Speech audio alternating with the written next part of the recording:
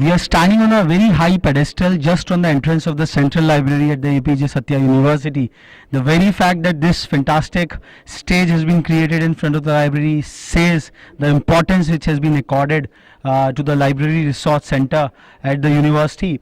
I would ask Professor Sarbjeet Singh that what kind of importance you have given to the Library Resource Center in a liberal arts university like yours. Yeah. As we mentioned that we have a continuous teaching learning environment where assessment evaluation is also continuous. Students have sufficient time to come to library, which we call Learning Resource Center. They come, they do self-learn, they discuss, collaborate and evolve ideas, solution. This library has been augmented with a lot of electronic media. Instead of only having paper books, there are e-books.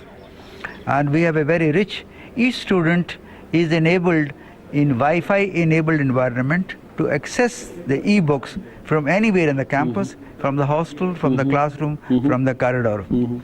Students also have access to this type of environments on the web from on home. They can open the book and see. So knowledge, reading the book, e-book and collaborative working is a continuous process. Library gives you that particular environment. So we have a very experienced librarian who is looking after this particular facility. So, sir, you have seen the transition of a library, a conventional library, to a learning resource center. So, how equipped is your learning resource center in terms of the paraphernalia, the books, the journals and other things are concerned? So your ASU library is a very rich in printed material, as well as we have a very rich collection of e-resources also. So whole library is totally automated. Automated in the sense that we have online catalog, that is a web pack, that is we are using a software called Lipsys. So within campus, anywhere, a student can access the books. He can know what is the location of the book, how many books are available in the library and what is the status in the library. We have a very good collection of online databases also, like we have subscribed Abesco, Emerald for management, IEEE for engineering, and we have the SciFinder also. We are the member of Delnet, that is Developing Library Network, for the resource sharing, and our students can use British Council Library membership also.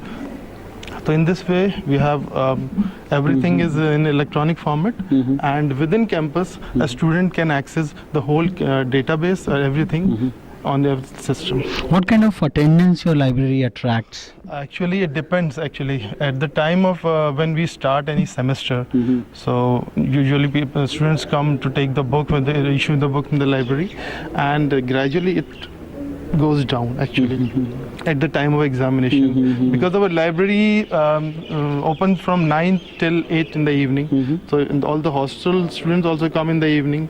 So in the evening the attendance is very much, but in the daytime it's maybe 100 or 200, something like that. So as a librarian who is seeing the sea change in the teaching learning processes which are happening across, and libraries are taking a paradigm shift, so what all you are doing to attract more and more attendance and stickiness to this learning resource center?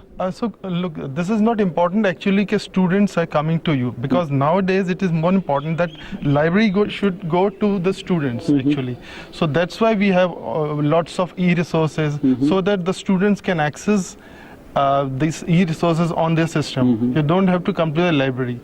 Now it is more important to maintain your databases, online databases, library databases, update it so that student can get all this information, updated information on their system. What in your opinion will the importance of a physical infrastructure like a library will have when students won't be coming in? What is the need and relevance in the context of a campus-based learning environment?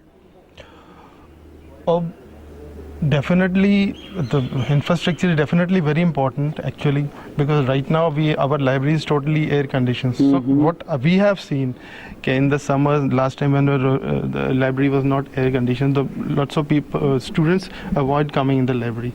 Now they are more coming to the library, and we are getting more databases, more and more systems in the library. So more and more students are coming. So more concentrated and comfortable learning, you are giving an environment for the students to come and participate over. So let's have a walk inside and see whatever infrastructure we have got. Sure. Yeah.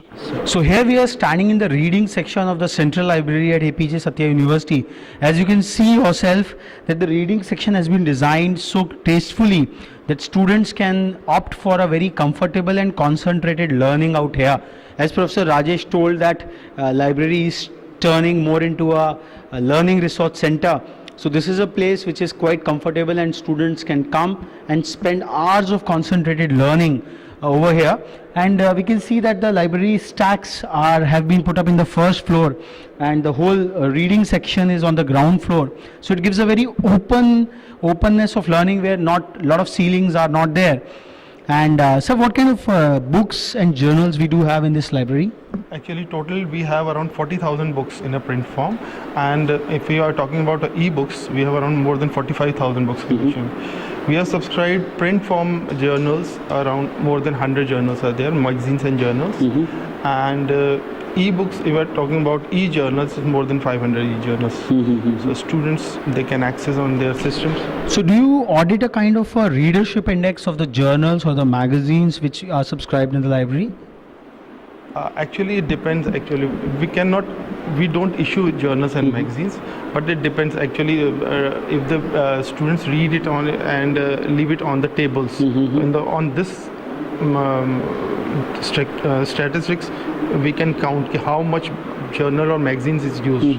So on the basis of that, we renew the journal magazine for the next year.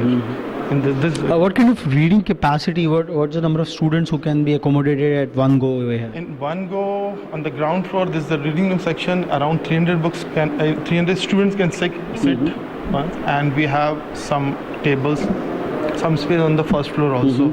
So we have a separate multimedia room. In multimedia room, students can browse the system, internet.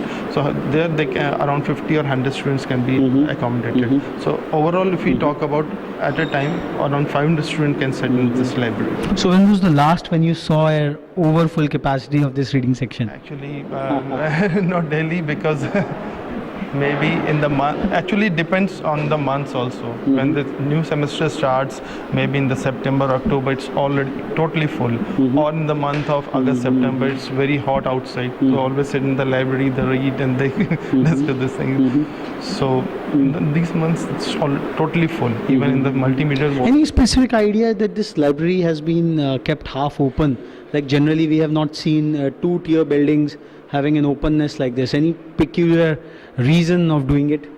No, there's no. This is the architecture of this thing. There's no, specific reason. So this is probably the innate DNA of a liberal arts institution, which has tried to put a seamless structure across learning boards, and which promotes a lot of integrationist learning and open learning environment, where students can see the high ceilings and then they can open up their learning vistas to a great extent. So here we were at the Central Library of the APJ Satya University. We will move on to the next destination in our campus walks. Till then, stay tuned. CRC.